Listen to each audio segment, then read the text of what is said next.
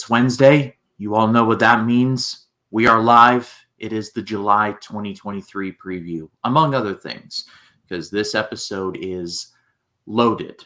It is loaded indeed. But first off, hello everyone. My name is Ryan Cam. Welcome back to Life in the Movies. It is a pleasure to have you stop by. We are live, which means we will be talking about all of the movies coming out in July of 2023. We have got some heavy hitters, and I know I say that quite often, but I think that this particular month, with just Oppenheimer, Barbie, and Mission Impossible alone, at least like two of those movies are going to be just fantastic. But we'll also be talking about Secret Invasion episodes 1 and 2 and Iron Fist season 1 episode 7. So a lot to talk about. Let's get my co-host Jacob Martin in here. Jacob, how are you? I am doing great. This has been such an incredible week. I got to talk about the life stuff first before we talk about all the cool stuff in the preview first. I'm out of school for the summer. It's been, I guess, a good little breather to just take some time off and enjoy life, even though I've enjoyed learning more about the Bible and stuff going to school. That's been a great learning experience. But I've helped out in vacation Bible school this week, which I have not done since I was a teenager, and that's been a lot of fun. But the most important thing that's happened to me this past week is that being down in Tennessee, there's some exciting opportunities, and I've actually found somebody special in my life. I now officially have a girlfriend that I've met down in Tennessee. So, very, very happy time to be alive. Wow, Jacob, that's wonderful. Congratulations. So, tell us all about her. No, I'll just say she's a very, very wonderful lady. I love her personality. Very knowledgeable in the Bible, and she has encouraged me in a lot of ways. So I take it she goes to the same school as you? She doesn't go to the same school. She worships with me in the same church. Oh, I see. And she has been very encouraging in a lot of ways. Are you at least comfortable with giving us her name? I don't want to reveal the name. But okay, that's fine. Yeah, that's fine. Yeah, I'm not ready to reveal the name just yet, but it's been great getting to know her. Let's just put it that way. Well, very happy for you, regardless. The View with Drew is in. Hello, Drew. How are you tonight? Very happy for you, and I hope that does pan out for you. But yeah, life stuff. Life has been going pretty good for me. Still exercising, still doing good things at my job. Had a couple people leave, one for one reason, one for another. But I wish them both the best in their futures, and I imagine that they will be going on to do very good things indeed. So looking forward to that, or not looking forward to, but wishing them the best. But like I said, this is a live episode. That means that the live chat is open. So if you want to talk about Secret Invasion, Iron Fist, or any of the July 2023 movies that are coming out this month, please drop it in the live chat. Or if you're watching the replay, because I know some people are going to be watching the replay, let us know in the comments your thoughts on what you're looking forward to the most. Well, Jacob, I think we should just get right into it because we've got quite a bit to unpack. I think it is best that we first talk about the most pressing matter in terms of tonight. And let me get my stuff in order first. Let's talk about Secret Invasion. This is the newest series on Disney Plus. This is a mini series. It's a part of the MCU. There are now 2 episodes up on Disney Plus. First is Resurrection, and then the second episode There is no title still on IMDb for some reason. But the first episode is called Resurrection. Nick Fury learns of a clandestine invasion of Earth by the Skrulls. And then episode 2, Fury grapples with the past and the present. So when last week's episode dropped, Jacob, the first episode for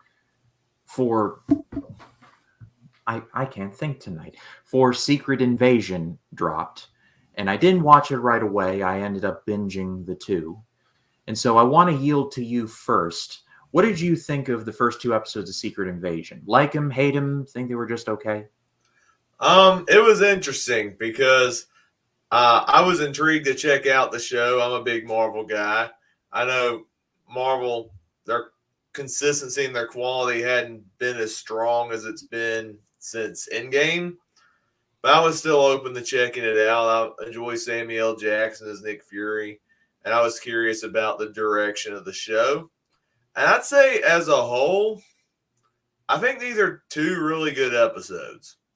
The first episode was a little slow at first. It took a while, I guess, to get everything established, like where Nick Fury's been and the current objectives. They've established like the antagonist of the show. It was a little bit slow moving, and I wasn't fully invested in everything at first. But the more it raveled into more of the conspiracy aspects within the show, with what's going on in the scrolls and between the humans, and then they've established that I think Ben Mendelsohn's character Talos, his daughter, is aligned with like the scroll villain of the show. Uh, Once more and more pieces started to line up, I'm like, okay, there's some intriguing drama going on in there. And I thought the first episode ended on a great cliffhanger. I was actually on the edge of my seat when it wrapped up and the fate of one of the characters with Maria Hill. I thought that was a great cliffhanger. And then diving into episode two, I thought episode two was even better. I dare say episode two was actually a great episode because they were setting up the pieces, everything. I was hooked in where everybody was at. I love how we got to, I think it unraveled the deeper layers of Nick Fury as a character, like what he's passionate about, what makes him tick.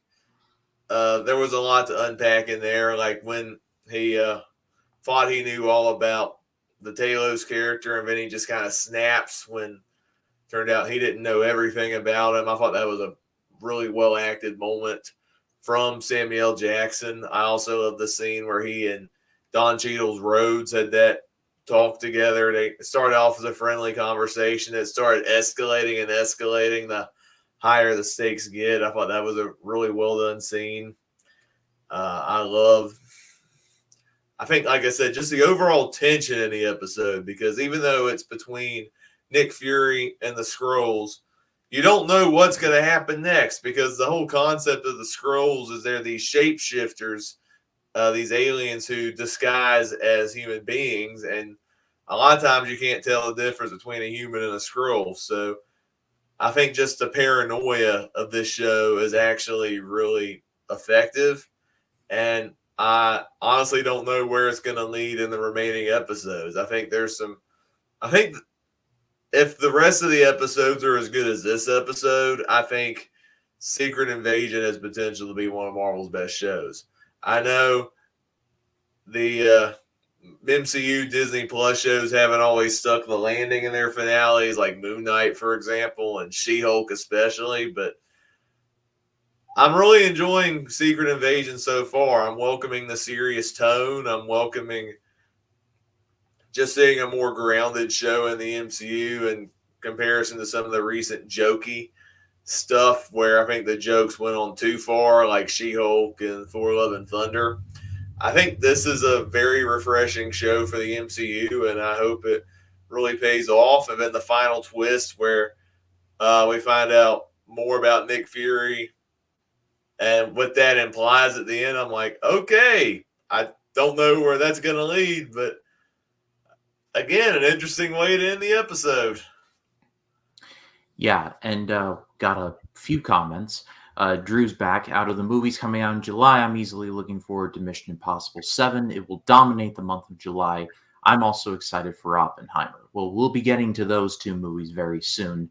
I'm looking forward to both of those. Spoiler. Jacob from 3D Movie Cinemas here. Hey, what's up, bros? Jake is the house. I just want to say thoughts on Barbie, a movie about a dream of building a bomb in Barbie world. Such a powerful movie. Also, thoughts on Haunted Mansion. That's a bit of a word salad. I kind of want to. I kind of want to see the Barbie Oppenheimer double feature where uh, it's all about Barbie Land and then the bomb drops in the Barbie world. I saw a reel today on Instagram where someone switched the color palettes of Oppenheimer and Barbie. Seeing Oppenheimer tinged in pink is really weird. People are making so many memes out of that double feature that they're so polar opposite in so many ways, and we'll touch on that when we get to that part. But What do we want to call it? Oppen Barbie or Barbieheimer? I was running with Barbieheimer from the very beginning, so let's go with that. Also, Aaron White is in the chat. Hello, Aaron. Hey, Nice to see Aaron. you. But yeah, getting back to Secret Invasion. The first episode I thought was good, but I think the second episode I thought was better. This show is actually off to a pretty good start, I would say. And like you were talking about, I really do appreciate the tone being a lot more grounded, more reality based. There are no screaming goats in this one. Thank God for that. You're never going to hear me complain about anything with Samuel L. Jackson or Ben Mendelsohn in it. I like both of those actors very much. I think there is a lot of potential with the Scrolls and what they're going to do. I had a couple questions regarding them because we learn about the motivations of the villain basically being Nick Fury made a promise that he was going to find the Scrolls a new home, and that was never followed through on. And that's why the villain appears to be doing the things that he is doing. And I'm kind of sympathetic, but also at the same time, in the context of everything, you, this dude realizes that Nick Fury, like, is a busy guy. I mean, like, he's not just been sitting around lounging by the pool. I mean, he's had to deal with Loki invading the city of New York. You got Sokovia. You got Ultron doing his thing. Not to mention that Fury was blipped out of the universe for 5 years. So Fury was lighting the candle of not just both ends, but all of the ends. Not to mention Hydra making a comeback in Winter Soldier. So, I mean, again, I can kind of understand, but at the same time, I'm just sitting there like, um, you know, like Fury is a guy who is like pretty good at this whole spy thing. If you just give him a little more time, I'm sure he's working on it. And just his general motivations, I thought were kind of basic. I felt like it kind of reminded me of, I don't know if you've ever seen Hellboy 2, Jacob, The Golden Army of Oh yeah, I've seen that. Prince Nuwada. It's very similar speech to that. The parking lots, shopping malls, hearts in holes in their hearts that will never be filled. They will never have enough. I thought it was very similar to that. So it was a little tired, I guess. But again, it's not too far out of bounds. And there are 4 episodes left. This is only a 6 episode show. I have to remind myself. Yeah, yeah, I So there think are it only is. 4 episodes left.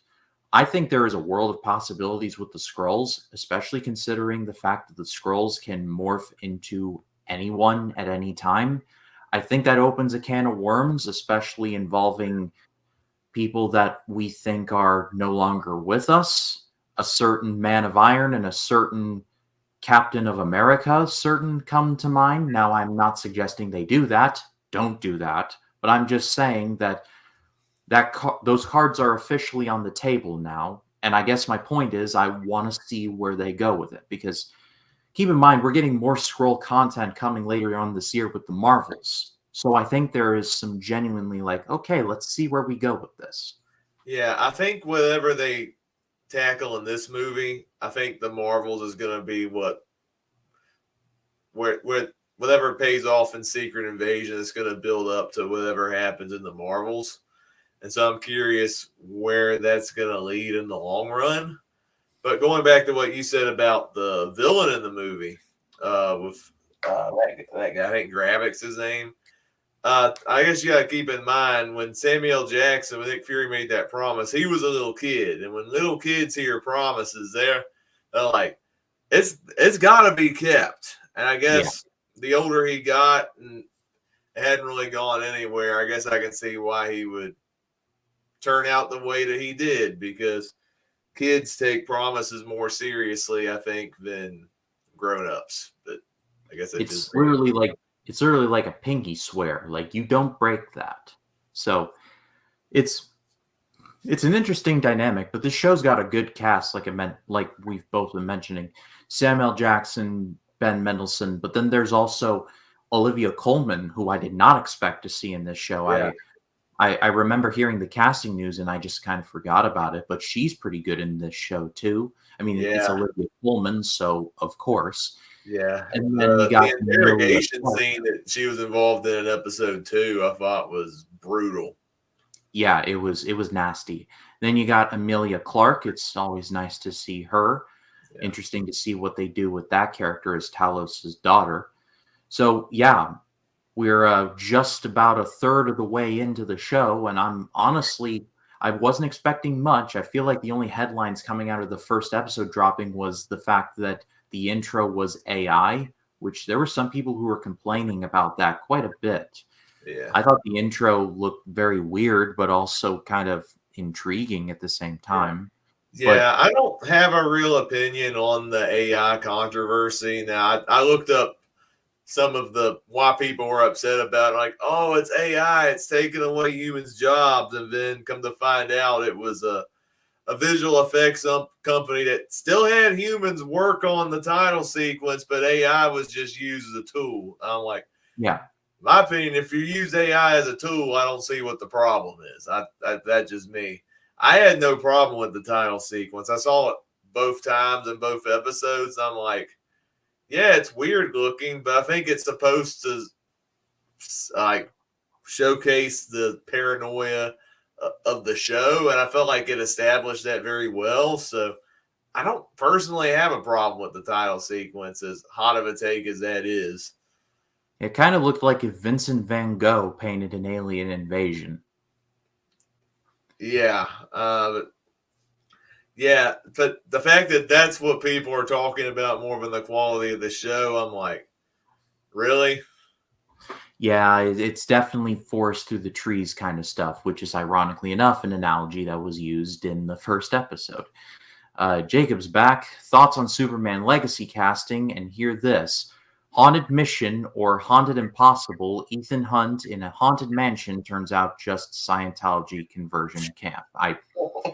It can't be a stream on this channel without a Scientology reference. And then last one from me. Are you guys going to see Insidious 5 or have you even seen the first one? Take care, guys. Thank Yeah, you, Jacob. It's a I think pleasure as always. we'll Thank you talk more for about that, I guess, when we get to the preview. I'll yeah, mention the Superman Legacy casting real quick, since that's kind of on a different topic.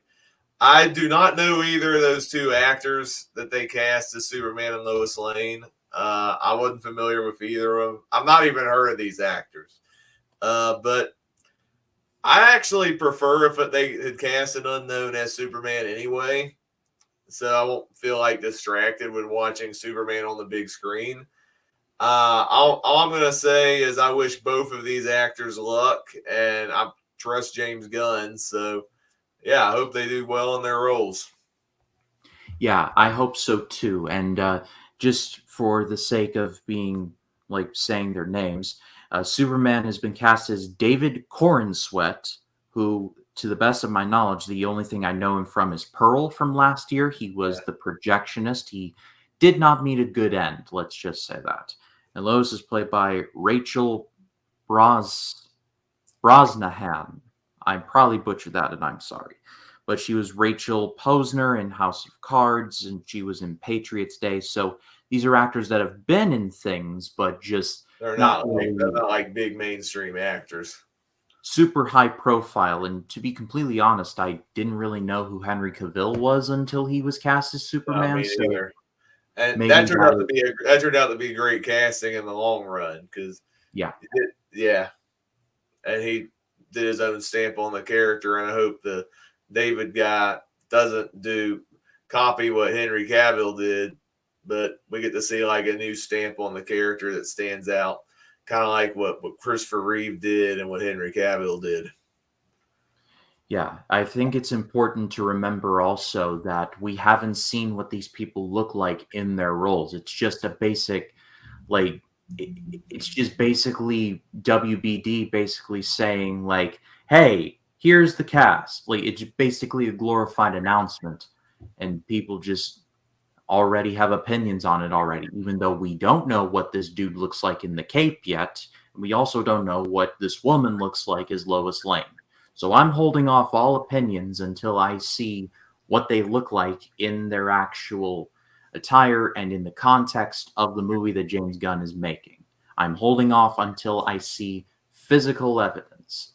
But I feel like they went in a good direction casting people who have been in things but not in too many things to where you're like their names. Like it would have been weird if they had I heard like the name Nicholas Holt being passed around as Superman, which I like Nicholas Holt, don't get me wrong. He was Nux in Mad Max Fury Road. He was Beast in X-Men First Class, Days of Future Past, and Apocalypse in the later X-Men movies. So Nicholas Holt is a good actor, but I'm glad they went the route that they did. Yeah. I've heard some people float around that they think Nicholas Holt would be a better Lex Luthor, and I'm kind of open to that if they cast him. Honestly, give him a bald cap. I mean, I think that would work. I mean, I'm a big defender of Batman v Superman, but really there is only way to go from up in the Jesse Eisenberg department because, oh boy, what were they thinking doing that? But that's a conversation for a whole nother time. But as far as Secret Invasion goes, I pass it off to all of you. What did you all think of the first two episodes? Let us know in the live chat, or if you're watching in the replay, in the comments. We'd love to read what you have to say. I think it's off to a good start. Well, Jacob, let's dive into our continuing coverage of Iron Fist. This is Iron Fist, Season 1, Episode 7, called Felling Tree with Roots. I don't know what this title means, and I don't even know if I like it, but there it is. Ward's loyalty is tested. Danny discovers a rogue division, and the mysterious Bakuto visits Colleen's dojo unannounced. So, yeah, Ward kind of goes off the deep end in this episode, Jacob. Wow. I'm itching to hear your thoughts, so please go ahead. Okay. I'm not a big fan of Ward. Mm, Character's kind of annoying. I don't fully get his motivations, and he was a major distraction in the last episode. I'm still not on the Ward train yet. Uh, I get what they're trying to do with his character, where he's a character that's broken because of the abuse from his father. But I, I'm still not a fan of how they handle it, though, yeah, especially because they set up with the father that he really wants to reunite with his daughter again, even though he's trapped with the hand. Remember that? He was like, he really wants to see his daughter again. But that's one of my biggest frustrations with this show is that the show can never commit to something that's intriguing and it pays off well. And this is another frustration. Like, as shady of a character the father is, the Herald, the guy who plays Faramir in Lord of the Rings, uh, I at least wanted to see a payoff of what they had set up, but no, Ward gets angry and kills him by the end. That's not yeah, going to pay off. So why did you set it up if you're not going to pay it off in any significant way? yeah. It's kind of similar to what they did in Luke Cage with Cottonmouth and Mariah Dillard, but it's done way worse here. At least with Cottonmouth, it was unexpected and actually took the show in an interesting direction that I was intrigued in. Here, I'm like, okay, you did that, but it didn't make the show any better. It just made me more puzzled by it. Yeah, exactly. But I mean, there's stuff I liked in this episode, like the stuff with Danny trying to uncover the conspiracy within the company with his name attached to it, discovering that the Hand has been doing illegal work using his business, and the fact that it's possible that his dad's not the it's possibly not the good father that he thought he was. He might have some connection with the Hand. I'm intrigued by where that's going. Uh, I think him and Colleen getting into a relationship, I thought that was kind of forced personally. Like, I like their chemistry, but I don't think their little one night encounter was earned, in my opinion. I feel like there should have been more development of their characters before it led to that. Yeah. It was just I, kind I of feel awkward to watch. I feel like she has now devolved into just the love interest now. When I'm old enough to remember, Jacob, in pre-recorded episodes and in live episodes, we've been talking about how she was the most interesting part of this show for a while now, and I'm afraid that they're just going to curtail her for like people that I really don't care all that much about. And really, the Arrow comparisons are really just there too, considering, like I said in the beginning, when we started this show, Danny Rand basically seemingly being dead at an accident, only to come back, and then find out later on, kind of similar to Oliver Queen, how the fact that the Queen family wasn't as upstanding as he thought. So I just thought they're eerily similar. I guess that is my point. And if it is a coincidence, then it is a coincidence, then it is what it is. But I don't know. I don't know. This show feels like a gumbo, just a bunch of ingredients that are delicious on their own, but just thrown together and just brought to a boil with no real cohesion whatsoever. Yeah, that's been the biggest frustration with this show as a whole. There's fragments in this show I really like. The fight choreography in this show is actually really good. Yeah. There's some intriguing characters on the show, and there's some good story ideas, but it is very all over the place as far as its story and execution. And it's I so mean, far it is I'm what I'm old enough to remember when like Danny Rand was in like a lunatic asylum for an episode. Do you Yeah, remember that? it was so weird. Like half of the setup was like, oh, everyone thinks Danny Rand is a lunatic, and we gotta fight to keep him out of the company. And then like an episode later, it's like, oh, never mind, you're gonna be the head of the company now. And then it's like, oh, the board doesn't like that you're doing this, so we're gonna kick you out again. And it's like, what are we doing? It's like, do they have like a different writer for like every episode? It's like one writer writes this thing, next writer writes different thing, and then the next writer writes this. It's like they have like 13 writers for every episode, and then like the scripts, like somebody dropped all the scripts together and ideas from like different movies and shows or whatever, and then they just found it all and just kind of stitched it together, and we got this show. Because that's what it feels like I'm watching. Yeah, we are officially at the halfway point of the show. We're officially at the halfway point. I can definitively say this is the worst of the seasons that we have covered. I think mean, I'm I comfortable. definitely agree with that. I'm not gonna say it's a horrible show. I think No. if I'm comparing this to other Marvel shows, like especially if you compare it with like She-Hulk, like season one of Daredevil's right here. Iron Fist is like right in the middle, and then like She-Hulk's on the very bottom. So like this show is kind of middle of the road to mediocre for me, but it definitely could have been a lot better. But hey, they did a Karen Page name drop in this episode. It got like a little bonus point for me. Yeah, that's for sure. I'd rather be watching Karen Page do anything right now, shopping for groceries, than anything involved in this show. But yeah, in talking about worst in terms of the Marvel Netflix shows that we've covered, because we've covered both seasons of first two seasons of Daredevil, first season of Luke Cage, and first season of Jessica Jones. And while Daredevil season one is like the pinnacle, this has definitely been like the trough. But again, it's not a terrible show. There are things where I'm like, okay, I can see what they were doing there, but just technically it's good. But I mean, just yeah, it's just like stop, start, stop, start, stop, start with story beats that just start and then just completely like die off in the wind. Yeah, it's a shame, really. Makes me wonder if season two does anything better. Is it about the same? Yeah, me too. But at least we've got the Defenders coming up, so that promises to be at the very least entertaining. I've heard good things in the past about it. But I pass it off to all of you in the chat.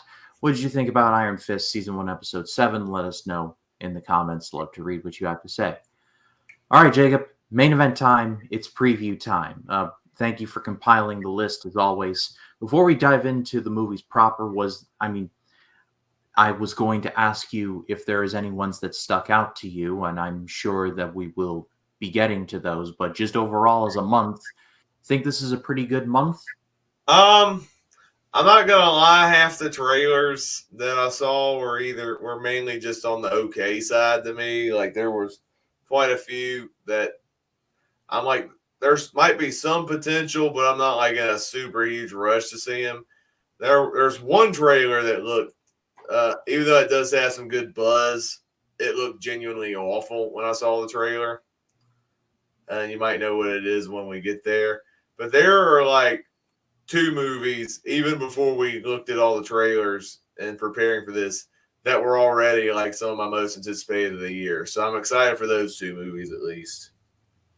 Yeah, well, let's kick things off first and foremost with Insidious, The Red Door. The Lamberts 10 years after the last installment as Dalton begins college. This is the fifth Insidious movie. This is actually directed by Patrick Wilson as well as starring him, as well as Rose Byrne and Ty Simpkins and Lynn Shay. So appears to be, it looks like it's going to be the last of the Insidious movies. Jacob, you a big Insidious guy? I have only seen the original Insidious. It's been a while since I've seen it.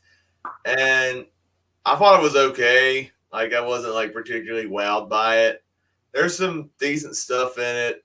I mean, James Wan directed it. He knows how to direct a horror movie, but it just didn't like really latch out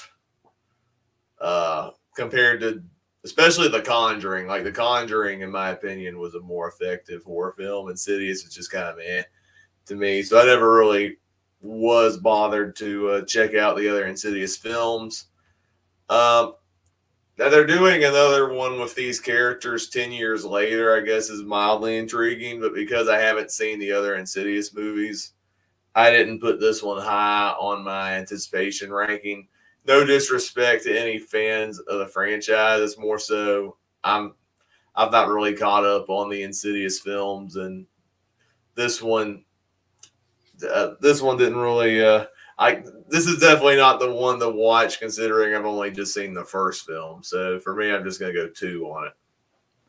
Yeah, I think I remember watching the first one. I know I've seen the fourth one, The Last Key. It was okay, but yeah, this is a definitive blind spot in my horror viewing. I definitely have to catch up. I'm gonna go 2.5. I think there was at least a couple good ideas, and I do like Patrick Wilson. It's going to be interesting to see what he does directing this series as well as starring. It's clear that James Wan had some faith in him to make him the director, so clearly that he has that going for him, but it's going to be interesting to see what happens. Well, next up is Joyride. This is directed by Adele Lim, but it is from Point Grey, which is Seth Rogen's production company. Follows four Asian American friends as they bond and discover the truth of what it means to know and love who you are while they travel through Asia in search of one of their birth mothers. So that's a very PC description there, when in reality, it's a Point Grey movie, which means there's drugs, naughty words, and, well, all of that for 90 minutes. Jacob, what did you think? Um, yeah, like I hate the dog on this movie because the core concept of this movie, I think if you had done it about the four friends learning more about their heritage, I think would have been a more compelling movie. But then you had like the R-rated comedy elements in there, and which compromises the bulk of this trailer. And I'm like, I'm not I don't gravitate a lot of R-rated comedies. A lot of them are just too crass for my liking. Uh, this one looked like did not none of the jokes landed for me. I don't really think it's funny to hear, especially in the flashback with him as kids, hearing a child say the f bomb. I don't think is particularly funny in any way.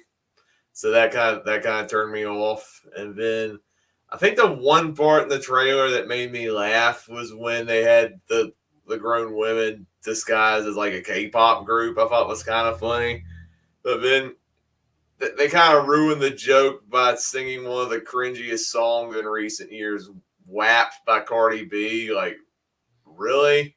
Of all the songs, you had to do one of the cringiest, dirtiest songs, and that that I just cringe whenever I think about it. But I don't know. It's not for me. I know it's got good buzz, and if you're into that type of stuff, then more power to you. But this film just looked cringe, in my opinion. It looks a little better than No Hard Feelings, though. So as far as like my grade for it, it's like a little bit higher than that film when I saw the trailer, but it still doesn't look good in my opinion. So 1.5. Got my man Jeremiah in the chat. Hi, Ryan, my chum. Hello. I just read Rachel's review of Joyride and saw the trailer. It honestly didn't make me laugh, but she liked it a lot. If Rachel likes this movie, then it gives me a small kernel of hope, and for that reason, I'm going to go 2. However, yeah, there's some very troublesome things in this trailer. Like you said, there's like that particular F word. It's not the one that rhymes with duck, if my memory serves me right. It's that other one. But then there was one where the child like says a very particularly nasty Asian slur. I'm like, like in the year of our Lord 2023, are we really getting away with that here? But Point Grey movies, they're definitely not for me. They have an audience. I'm not making fun of that audience. It is what it is. But it's just that style of comedy just doesn't really speak to me. Like I believe Point Grey produced a movie called Office Christmas Party, which I covered last year for Chris Mania. It was a miserable viewing experience. I was taking the side of the Jennifer Aniston character, who was supposed to be the villain, and like shutting everything down. I'm like, yeah, y'all, some of y'all need therapy. Like, you seriously need therapy. But yeah, I have a small kernel of hope that it might change my mind, but I'm going to, and I feel like I'm being incredibly generous with that. But next up is going to Netflix, The Outlaws. A straight laced bank manager about to marry the love of his life when his bank is held up by the infamous ghost bandits during his wedding week. He believes his future in laws, who just arrived in town, are the infamous outlaws. So this is going to Netflix, like I said. It's got Pierce Brosnan and Adam Devine in it. What did you think of this one, Jacob? Um, it looked okay. Uh, I think the premise is pretty decent. I think you could do some cool things with it. It being a Netflix action movie might be a little concerning because Netflix doesn't have the best track record with some of their action movies. But I like Adam Devine. He can be decently entertaining. Pierce Brosnan, I think, is going to have a blast in this role. And I love the meta James Bond joke in the trailer. I thought that was pretty funny. So I think this one I think has some mild potential to it, but I'm not gonna give it too high of a score because it's a Netflix movie. I'm gonna go 3 on this one. I'm going to go 3 as well. I had a lot of fun with this trailer, more than I thought I would. Adam Devine is someone who I actually quite like as a comedian. He's really good in the show called The Righteous Gemstones, which, considering you're Chris going to the school you're going, Jacob, I'm not sure if I should recommend it to you because it lampoons a lot of the Joel Osteen style of megachurch Yeah, pastors and families. that's something I don't particularly go for anyway, as far as religion goes. So you can make fun of it all you want. Yeah, but he's amazing in that show. But like he plays more of a straight-laced role here, which is going to be interesting. And Pierce Brosnan just looks like he's having the time of his life in this. Like with the beard and just the Irish accent. It could be fun. I'm gonna go 3, like I said. Jeremiah's back. I don't consider WAP cringe, but it's certainly not aiming to be high art.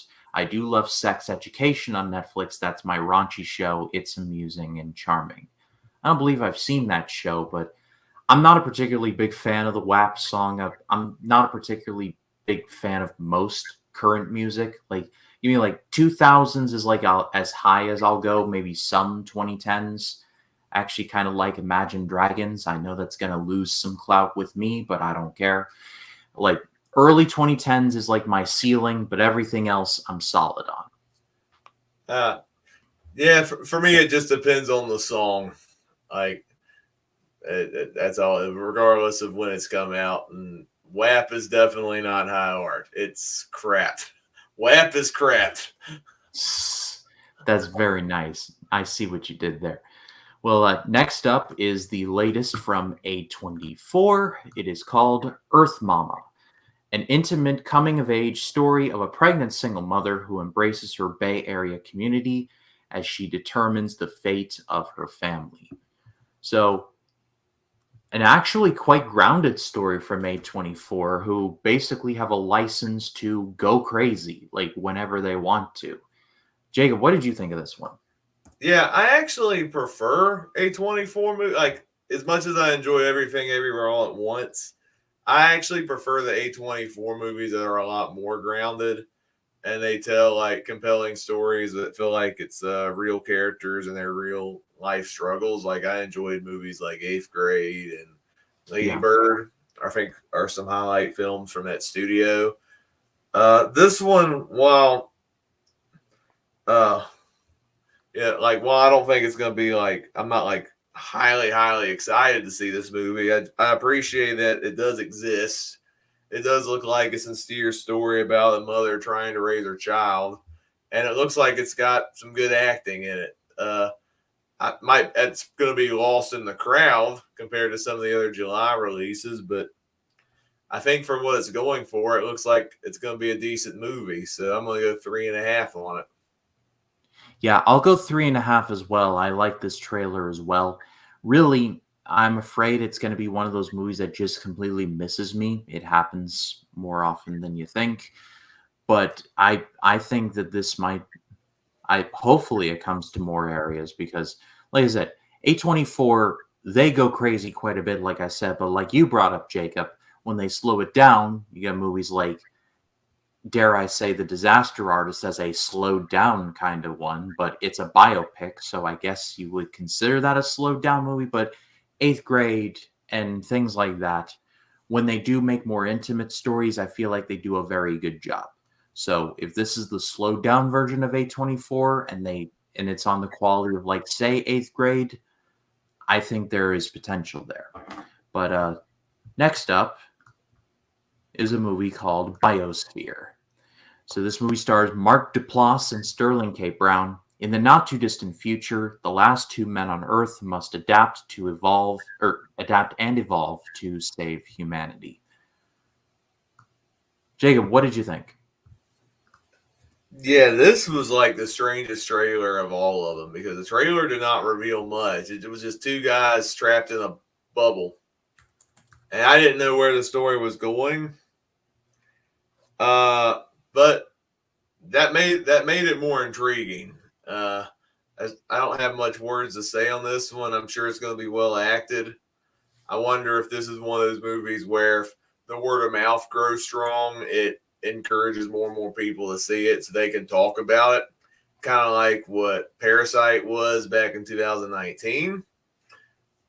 I guess that's a wild comparison, but nobody knew what Parasite was until more people spread the word. And if this movie does that, I think that'd be kind of cool.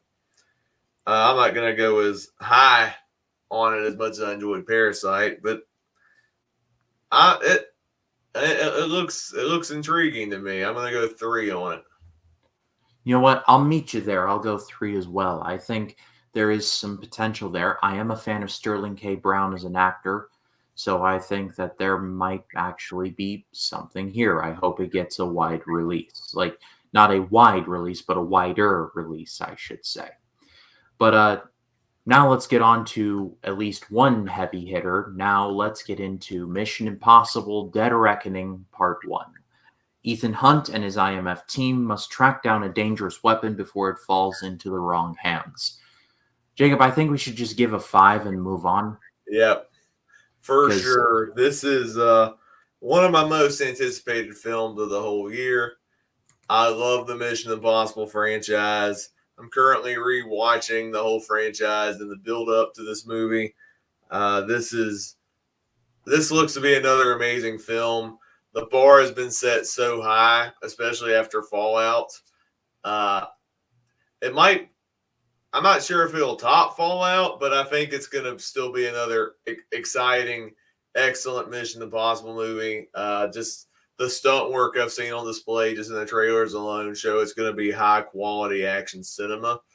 Especially the heavily advertised like motorcycle jump. I think it's going to be incredible to watch on the big screen. I know Tom Cruise is going to commit as always. I'm hoping the story matches the action like some of the other recent Mission Impossible movies. I I do like yeah I do I can't wait. Why I messed up. I can't just wait to I can't wait to watch this movie. there I you think go. it's going to be excellent. It's obviously 5 out of 5. I can't wait to see it. Jacob's so excited to see it, he's stumbling over his words. Jeremiah's back. I don't care for hip or rap, so WAP isn't for me, but I do respect the women's liberation aspect. Women's sexuality shouldn't be a taboo topic. Yeah, totally agree with you on that. Well, yeah, 5 out of 5 for me.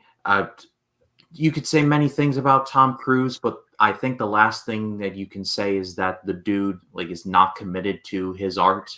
Like he's one of those guys who is like, "What? You want me to jump off this really high thing for the entertainment of others? I don't need a parachute. I'll just go and do it." Like he's one of those guys. So, I mean, God bless him for it. That I guess that is my point. But next up is Theater Camp. This is from Searchlight Pictures. The eccentric staff of a rundown theater camp in upstate New York must band together with the beloved founder's Bro E son to keep the camp afloat. So I feel like I don't know what your reaction to this is going to be, Jacob, but I think we might differ. But I want to hear your thoughts first. Um, I am a. I mean, I've not had. What was I saying? I've not had too much. I'm not like a big theater fan, but I'm a fan of musicals, and I'm a sucker for the whole concept of people working together to put on a show. Even though this movie's not like a legit musical per se, but it looks like it's going to be a love letter to it. It looked decent. Some of the jokes in the trailer didn't fully land. Like there was like a PC joke in there where somebody was offended at the term prostitute. Like, no, no, no, it's a sex worker. I'm like, no, sex worker just sounds cringe to me. Like, why would you dumb it down to what it actually is? I hate that joke. But anyway, it looked like a decent enough comedy. It looks like it's like I said, gonna be a love letter to musical theater. Uh, I looked at the comments on people in the trailer, and it looked like a lot of people that were in similar experiences, like the kids in the movie, say they portray it very accurately. So I'm sure it's gonna. I'm sure it was made out of love, and I don't think I'm gonna fully love this movie, but I think it looks like it's gonna deliver just enough goods to make a worthwhile film. and so I'm going to go 3.5 on it. I'm gonna go 4.5 on this one. I love this trailer so much. This really did speak to me as someone who has been a part of many theater camps. I was even I guess a coach, a mod, call it whatever you want. I even was a coach for one of them. So yeah, this speaks to me heavily. Ben Platt is in it, which after the crap that was Dear Evan Hansen, he can only go up from there, and I hope he does. This movie really is speaking my language because I was just watching this trailer and I was like, I've met this person, I've met this person, definitely met this person. And let me get it straight. This movie, this is very much a movie. It's taking these personalities and ramping it up to 10. But I have met these people. I can tell you, like, these people for certain. Like, I've met these people, I know these people. So it definitely speaks more to me. I feel like it works if you're really like ingrained in that theater camp like world, if you know the machinations, the ins and outs, the relationships that they try to poorly hide, but in reality are happening. Oh, wait, did I say that out loud? I think I said that out loud. But anyway, I'm going 4.5. Jacob's got 3.5, right, Three and Jacob? a half. Three and a All half. right, very good. Well, let's move on now to my personal favorite for this month and my most anticipated for the year, Oppenheimer, the story of American scientist J. Robert Oppenheimer and his role in the development of the atomic bomb. This is getting a big old 5 from me. It looks like the Christopher Nolan of old is back. From what I've read, he did a sort of faux nuclear explosion to get the result he was looking for. You couldn't sell this movie to me any harder. So 5, big old 5. Jacob, what say you? Yep, same here. 5. Christopher Nolan is my favorite director working today. Tenet was a weaker effort, but I still respect the ambitions of that movie. I don't think it was a misfire. I think it had some story issues, but I still love the ambitious nature of it. But yeah, Oppenheimer looks like the true, I guess, return to form, if you want to call it. Like watching the trailer for it harkens back to some of his smaller projects like Memento, Insomnia, and even The Prestige. I love that.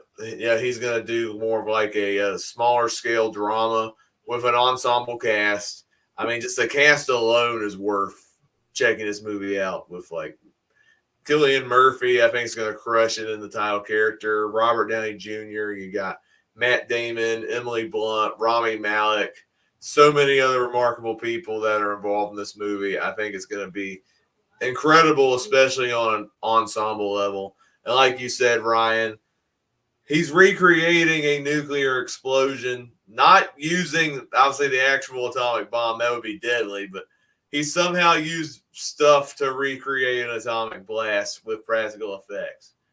I Yeah. mean, that alone makes me excited to see the film. Like, yeah, the movie's going to be 3 hours. I hope the movie warrants its extended runtime with compelling characters, intriguing story, and of course, we're waiting on the big boom that Nolan's going to pull off visually. So, yeah, I can't wait to see this movie. It's going to be excellent.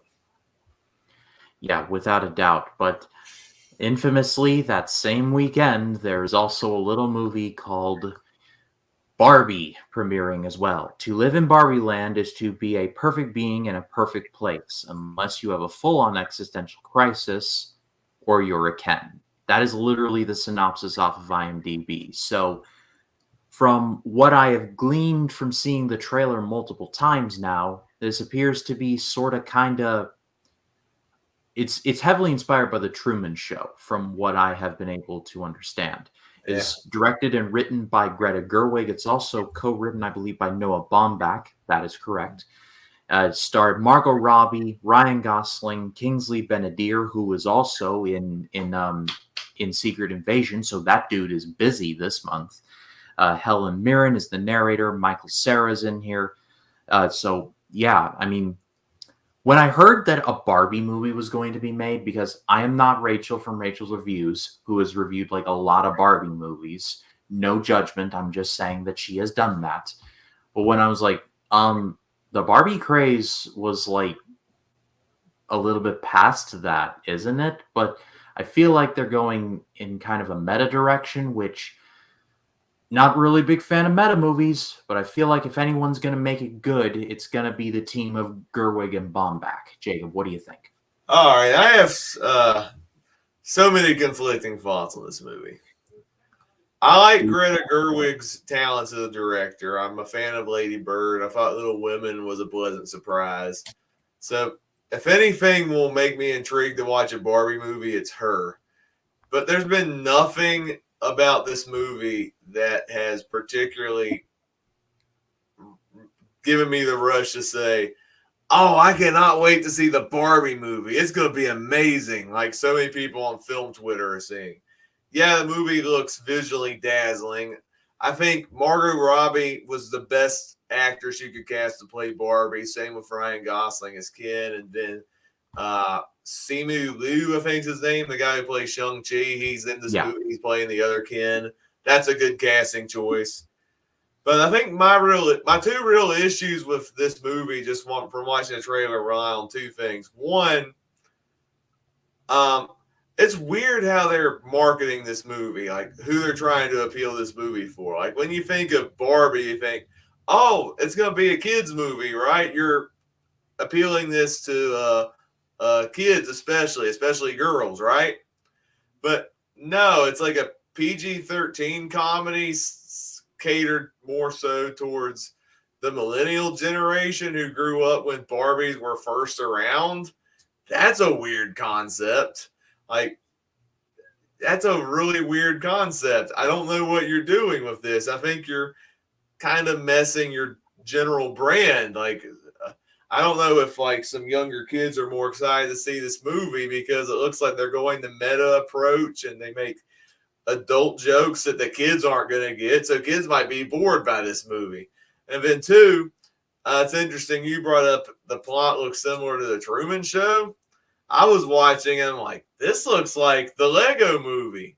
You got like Yeah. Barbies in their own world, and then there's like a human world that controls the Barbies, and a coincidence. I don't know if it's a coincidence or not, but Will Ferrell plays the head of the Mattel Corporation just in the trailer, and he was the quote unquote villain in the Lego movie. Lord Business. And same studio behind both movies. So it's David Zaslav desperate. I'm like, Greta, can we copy another movie just to save some money? I don't know. Is that what we're gonna do now? Okay, yeah, we're cutting corners anyway. So this movie, I'm conflicted on it. I'm not trying to dog on people that really want to see this movie. It looks absolutely weird. I have a lot of conflicting thoughts on it, but at the end of the day, while I'm not going to see it opening weekend, I'd rather see Oppenheimer personally. But Yeah. I am still kind of intrigued to see if it's going to be a good movie or not. But I'm only going to go with 3 on it. I'm going to go 3.5. I think for the Gerwig and the Bombach factor, not to mention the cast, it gives it a half. But yeah, that's a good point you brought up there. I feel like I said, I'm tired of meta movies. I haven't posted my review for Asteroid City yet. I know I've been behind and I apologize for that. But one of my main problems with the movie is something that happens regarding that. But I will talk more about that in that review. But I'm sick of meta movies. Like, just tell a straight-laced story, please. Like, that's all that I ask. But Jeremiah's back. Watching the trailer for Theater Camp now, it looks funny and cute. I agree. Oppenheimer is a 5 from me for all the reasons you two said. Yeah, Oppenheimer is going to crush. I just know it. And then Aaron White with an interesting comment. My daughter Bree has loved Barbie since she was little, and not even she wants to see this. I'm so thankful I don't have to sit through this. Wow. I don't have kids, so I don't know the struggle there. But yeah, that's real interesting considering the fact that like one of Aaron's children who has played with Barbies for a long time now, like since she was little, she's like, nah, you're good to this movie. So yeah, I feel like there might be a bit of a disconnect. I think you touched on that, Jacob. I don't want to tread on ground Yeah. you've trodden on, but I feel like there might be an interesting like, what are you trying to do here, like WBD? Yeah, I know even on cause I watch Sean Chandler a lot, and even when he reacted to the Barbie trailers for the first time, because he has some daughters, Yeah, even they were kind of weirded out by the trailer and don't know what they were trying to do with it. yeah, odd flex, but it's all going to come down to when it is actually in theaters, which will be in a couple of weeks. So let us just wait and see what happens. Next up is another film from Netflix. They cloned Tyrone, excuse me. A series of eerie events thrusts an unlikely trio onto the trail of a nefarious government conspiracy in this pulpy mystery caper. I believe, if my memory serves me right, Jacob, we talked about this one already, but it got delayed. I But think so because it looks familiar. Like when I saw the trailer and the title, I'm like, we covered this at one point. I don't remember them delaying this movie. And then I'm it goes fairly Netflix. certain I'm fairly certain we've covered this before, but just based off that premise and the fact that it's got Jamie Foxx and John Boyega in it, two actors who I actually do like, what do you think, Jacob? Yeah, I do like the cast. You got Jamie Foxx, John Boyega, and then Tiana Paris, thinks her name, who's Monica Rambeau in WandaVision, and we'll see her Yeah. again soon in the Marvels. Uh, the premise is very out there. It's like some conspiracy involving cloning, but I do like the cast. It does look funny in places, and I think it's going to be at least an entertaining concept. I don't know if it's going to stick the landing or not, but it looks interesting enough. I'm going to go 3 on this one. Yeah, I'm gonna go three as well. I think it is a fun premise, and like I said, John Boyega and Jamie Foxx. I mean, that's a double yes from me right there. I like both of those actors. Jeremiah's back. I stand by what I've said previously about Barbie. It looks fun, and look, I love Barbie and the Toy Story movies, Mm-hmm. and I think the dolls themselves are cute. I have nothing against them. Though I was more of a strawberry shortcake boy. However, again, the trailers don't do much for me. Yeah, it'd be interesting. Like if Barbie does well, is like let's get like some strawberry shortcake action here, like and do it in like the style of like say I don't know, like an inconvenient truth or something. I don't know. It would just it is odd. It's real odd. Oh, that would be so weird. Do it in a documentary style, and instead of what global warming, it's what global strawberries. I don't. I don't know. It's odd, but moving right along. Now, next up is coming to Apple TV Plus, The Beanie Bubble. It's a weird title for this movie. Ty Warner was a frustrated toy salesman until his collaboration with three women grew his idea into the biggest toy craze in history. So, Apple TV Plus is a pretty solid record from what I have seen, at least. They produced movies like The Tragedy of Macbeth from the Coen brothers. I really like that one. But this one definitely is far different from The Tragedy of Macbeth. Jacob, what did you think? I just think it's weird that we're seeing a trend this year of movies about the creation of different stuff in business because we've had Air earlier this year, and Yeah. we've had the Tetris movie, and we had the Flamin' Hot movie, which just came out about the Cheetos. And now we got the Beanie Bubble. We're gonna have like a cinematic universe of create people creating ideas in business. Is this like the big business cinematic universe? I like what are we doing, Hollywood? But I don't know. This one I remember the Beanie Bubbles when I was a kid. I obviously I don't know about this story. The story looks wild. I like the cast. Zach Galifianakis and Elizabeth Banks. I think Elizabeth Banks is going to be fantastic in this movie. It looks like she's Yeah. really going to go for it. Uh, I'm. I mean, it looks entertaining enough, even if it looks like a been there, done that usual type of biopic. But I'm still intrigued just on the concept of where did the Beanie Bubbles come from, the Beanie Babies or whatever they're called. You Imagine know, so if, sorry, it just came to my head. Like, what if the tagline in this movie was, "Where do the Beanie Babies come from? The Beanie Bubble." come on, Apple TV Plus, pay us. We're doing these taglines for you for free. But Aaron's back. They can remake they can make a Rainbow Bright movie and cast JoJo Siwa. Oh don't no, give them any, don't give them any ideas, Aaron. They might no. actually do it. But nah, all jokes aside, I'm gonna go 3.5 on this one. I'll go 3.5 as well. On another note, seeing Zach Galifianakis with like no facial hair is weird to me. It Yeah, took me a minute to recognize like there's no way. Sure enough, like that's Zach Galifianakis. It took me a minute. yeah, for sure. Like I'm used to seeing him with the beard, and I didn't even recognize him at first. I thought it was Stanley Tucci when I first saw him in the trailer with the voice and Yeah, everything. I'm like, that's Stanley Tucci, isn't it? I'm like, yeah, for sure. oh, Zach Galifianakis, what the heck did you do? Did you like swap bodies or something? Swap voices? Must have. Well, next up is Cobweb. Horror strikes when an 8-year-old boy named Peter tries to investigate the mysterious knocking noises that are coming from inside the walls of his house, and a dark secret that his sinister parents kept hidden from him. So, not really much going from the trailer.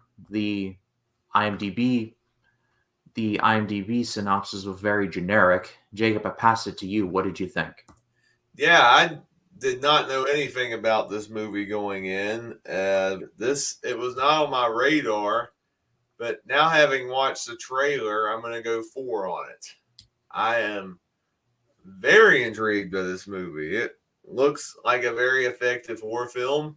It looks like they're really going to go into some dark places with the story, which I'm intrigued by, with the kid hearing noises and the parents trying to cover up some secrets. I'm intrigued by what the secrets are. I'm curious about the direction it's going to go. And I think it's going to be a really, really good movie. So, yeah, 4 on The Cobweb. You know what? I'm going to go for two. And I think the selling point for me was the fact that this is produced by the same producer as Barbarian, which I don't know, Jacob, if you've seen that. See it. If I you still haven't, haven't seen that yet. No. see it. It is very good. There is a twist, and I will not spoil it, but it's a pretty big twist. And I feel like Cobweb is kind of running along that same line. Again, I haven't seen it, so I don't want to assume, but it feels like it's giving me serious Barbarian vibes. Like some is going to come just completely out of nowhere, but in like the best way possible. Well, next up, go from horror to family films with the newest version of The Haunted Mansion. A single mom named Gabby hires a tour guide, a psychic, a priest, and a historian to help exorcise her newly bought mansion after discovering it is inhabited by ghosts. So, a single mom, a tour guide, a psychic, a priest, and a historian all walk into a bar. But Jacob, been pretty it's been pretty well documented that Disney has not been having a good year. So, looks like they're putting some eggs into the Haunted Mansion basket. It's got a good cast: Jamie Lee Curtis, Winona Ryder, Rosario Dawson, Owen Wilson, who, if they don't have something with him saying something is really creepy or saying, wow, then like, what are we even doing as a Yeah. society? What did you think? I've seen the trailer a couple times. Uh, I do like the cast. It looks like they're at least trying to mix between at least a little bit of horror, but mostly comedy. But if they're able to blend the two, I think it'll be a fun time. I'm not having too much high hopes in this movie. I know at one point Guillermo del Toro was supposed to direct a Haunted Mansion movie. I'm sure his Haunted Mansion movie would have been amazing if he had done Yeah. it. Sadly, that's not what we got. But this one still looks like I'm hoping it's at least decent. and if anything, it's better than the one with Eddie Murphy. Which, as much as I like Eddie Murphy, that movie was not that good. So I'm hoping it's at least better than that. And as of now, I'm going to go 3.5 on it. I'll go 3.5 as well, if for nothing else because of the cast. It's loaded, like I said. Owen Wilson, Lakeith Stanfield, Jamie Lee Curtis, Rosario Dawson. Some pretty good actors in there. And I think if anything's gonna make it work, it'll be those people. Drew's back. Unpopular opinion: I'm not looking forward to Barbie. It has a good cast, but I feel like more people will watch Mission Impossible 7 and Oppenheimer instead. Absolutely, 100%. I actually lean more on that. Again, Barbie might be good, but I guess I'm just yielding to economics.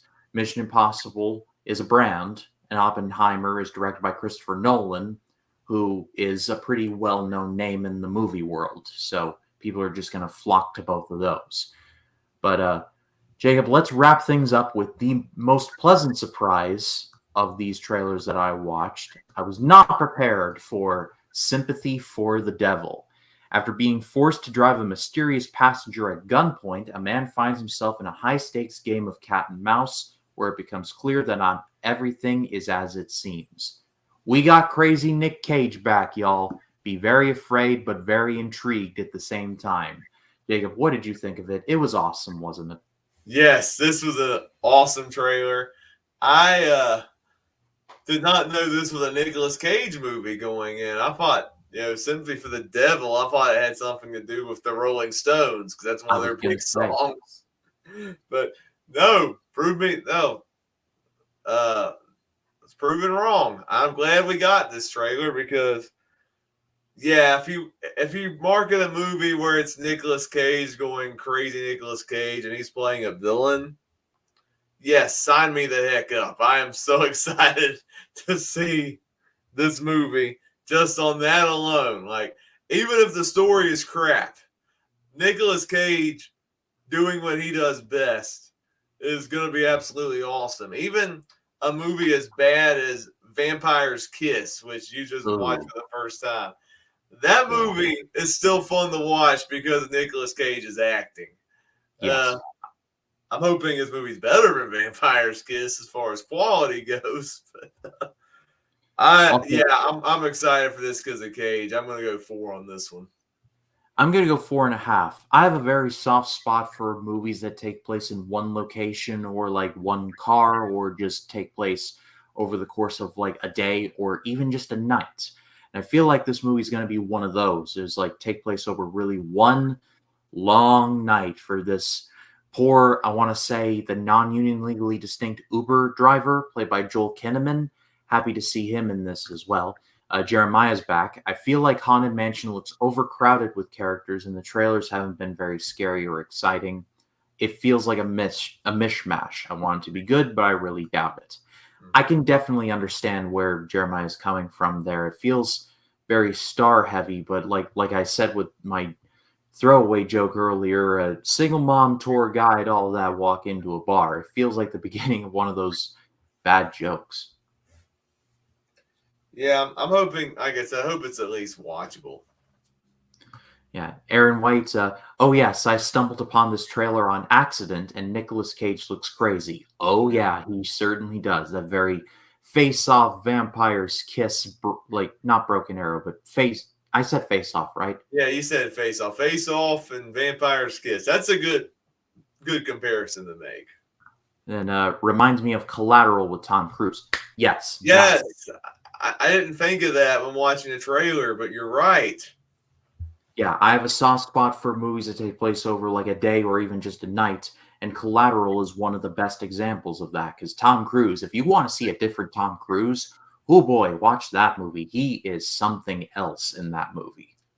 Oh yeah. Yeah, but that's all the movies coming up for July. I feel like Mission Impossible 7 and Oppenheimer Oppenheimer. are just going to They're gonna clean up. they're But gonna then again, dominate this month. I mean, the month hasn't began, and here we are, and the box office is just like we're like poking at it with a stick, like, come on, do something. Because I know it's weird. Like the movies you think would do well aren't really doing well. The Flash has been tanking. Elemental's disappointing. The only one that's made like real big box office has been Spider Verse. yeah, so it's very, very odd, but I feel like Nolan and Mission Impossible are just going to be like the ones carrying all the weight, because I think at the very least I hope those are good, because the reviews have come out and they have been very, very solid. But passed off to all of you, what are the movies that you all are looking forward to this month, or just things in general, like streaming or otherwise? Let us know in the comments or in the replay later. Love to read what you have to say. And so, Jacob, that comes to the end of another monthly preview. I love doing these every month with you. I love doing this podcast with you, period. But these episodes I always look forward to. So thank you so much as always. So happy for you, for your life stuff, for your school's out for the summer, in the words of Alice Cooper. So you're just going to go nuts, paint the town red, like start some stuff. But as far as your channels go, tell the people where they can find you.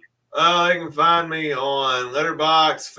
Follow me on Letterbox, Facebook, Twitter, and obviously you can subscribe to my channel. I do mainly movie reviews, live streams. I recently did a what I've watched live stream this past weekend where I covered movies I've watched in the past month, and then afterwards I re-edit those all the movies I talk about and re-upload them into standalone videos.